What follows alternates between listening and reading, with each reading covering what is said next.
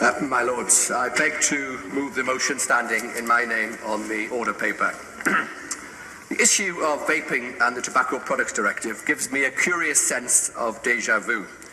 Before I arrived in this House, I was a member of the European Parliament, where I also opposed these restrictions alongside a number of other MEPs from many varied parties and nations. We did make some improvements to the text, but we were unsuccessful in our aim of removing vaping devices from the directive altogether. I never imagined at the time that I would have the opportunity to return to the subject in this House. 8 weeks ago, a number of us gathered in the Moses Room to debate a motion on this subject tabled by my noble friend Viscount Ridley. Everyone that spoke in that debate, including, to his enormous credit, the Minister, expressed considerable concern about these regulations, since it was self-evident that neither the government nor the opposition thought this was a helpful package of measures. I put down a motion for a prayer of annulment. Nobody likes these rules, so why implement them?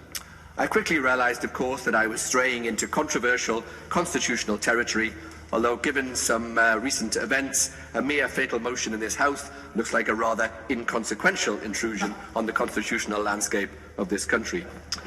My Lords, e-cigarettes are by far the most popular gateway out of tobacco for our nation's 9 million smokers. Some 100,000 of us die every year from smoking. This is a Hillsborough every 8 hours. As my more scientifically literate friends will no doubt explain, it is the smoke that kills and not the nicotine. There is now emphatic evidence of how much safer vaping is than smoking. Numerous studies have shown that vaping is 95% safer than tobacco smoking. In the UK now, 2.8 million people have either stopped smoking or reduced smoking significantly because a direct result of vaping. Yet, given all of that evidence, these regulations will reduce by 95% the number of products on the market, ban the stronger liquids favoured by many vapers, and ban virtually all forms of advertising to prevent suppliers from recruiting new smokers to the vaping cause. So how have we ended up with this crazy state of affairs? The Department of Health prides itself on being a global thought leader, to use their words, on tobacco.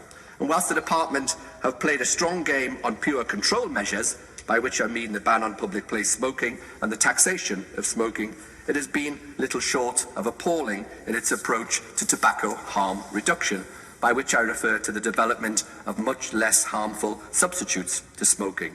And there are two particularly egregious failures on the policy treatment of these smoking substitutes.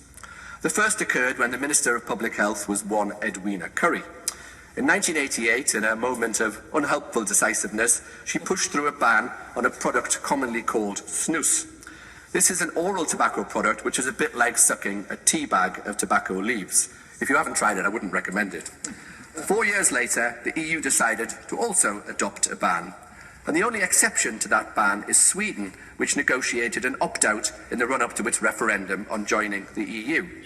Now, being permitted in one EU country, but banned everywhere else, provides us with a perfect case study of harm reduction measures. Because of the widespread use of snus, Sweden has by far the lowest smoking rates in Europe, 11%, compared with the EU average of 26%. All the major forms of cancer are far lower, disease rates correlating with the lowest disease rates correlating with the highest use of snus. The European Journal of Epidemiology has estimated that 200,000 lives could be saved every year if the EU had the same male smoking prevalence as Sweden. Yet the product is banned because of us. The second major blunder has, of course, been with the much more modern substitute of e-cigarettes. Here, the Department of Health's Medicines Agency, the MHRA, tried to ban them outright in 2010. It failed, so it tried again in 2013, declaring that they should all be medicines. And despite its opposition to commercially regulated e-cigarettes, the MHRA has failed to get even one medicinally regulated e-cigarette onto the market during the last 3 years, whereas the current commercial market has currently managed to produce about 25,000 product varieties.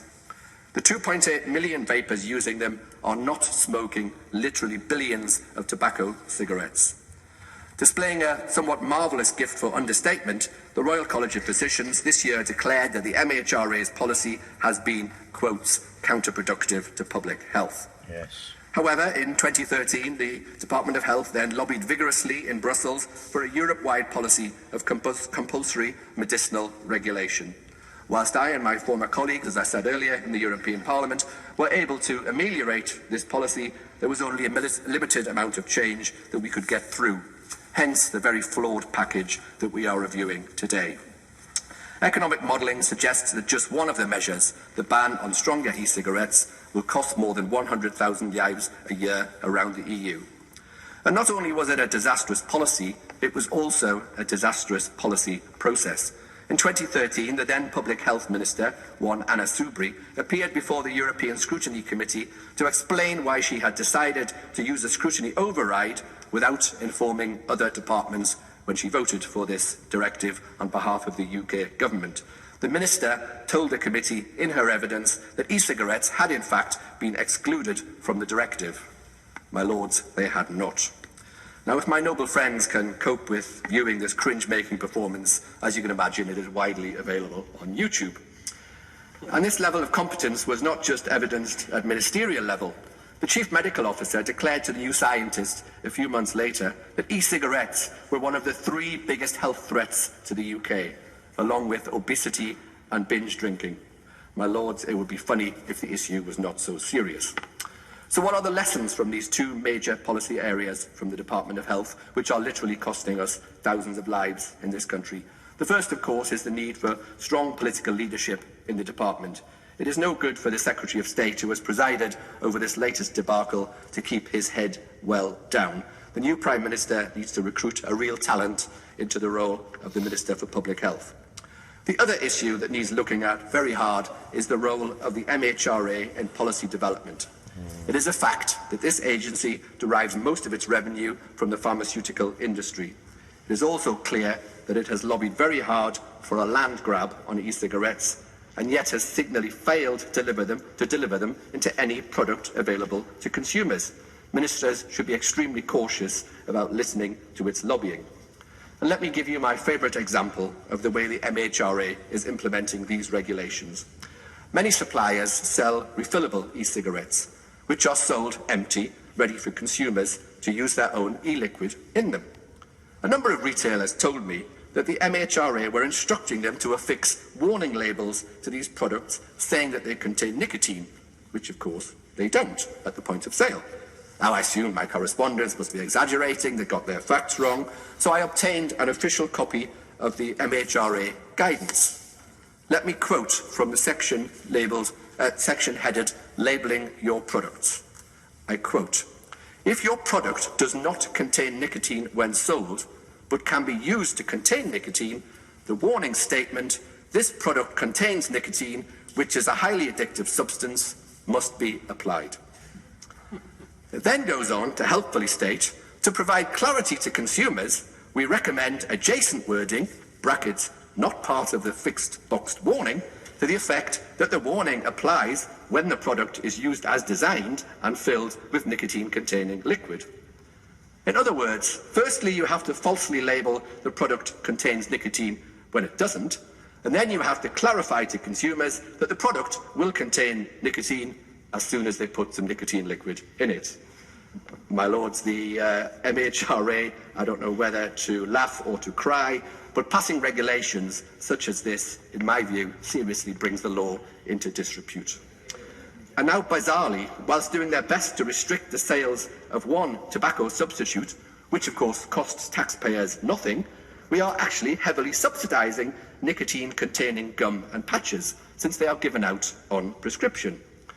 The difference, of course, is that these products are made by the big pharmaceutical companies, which appear to have the Department of Health as a sort of wholly owned subsidiary.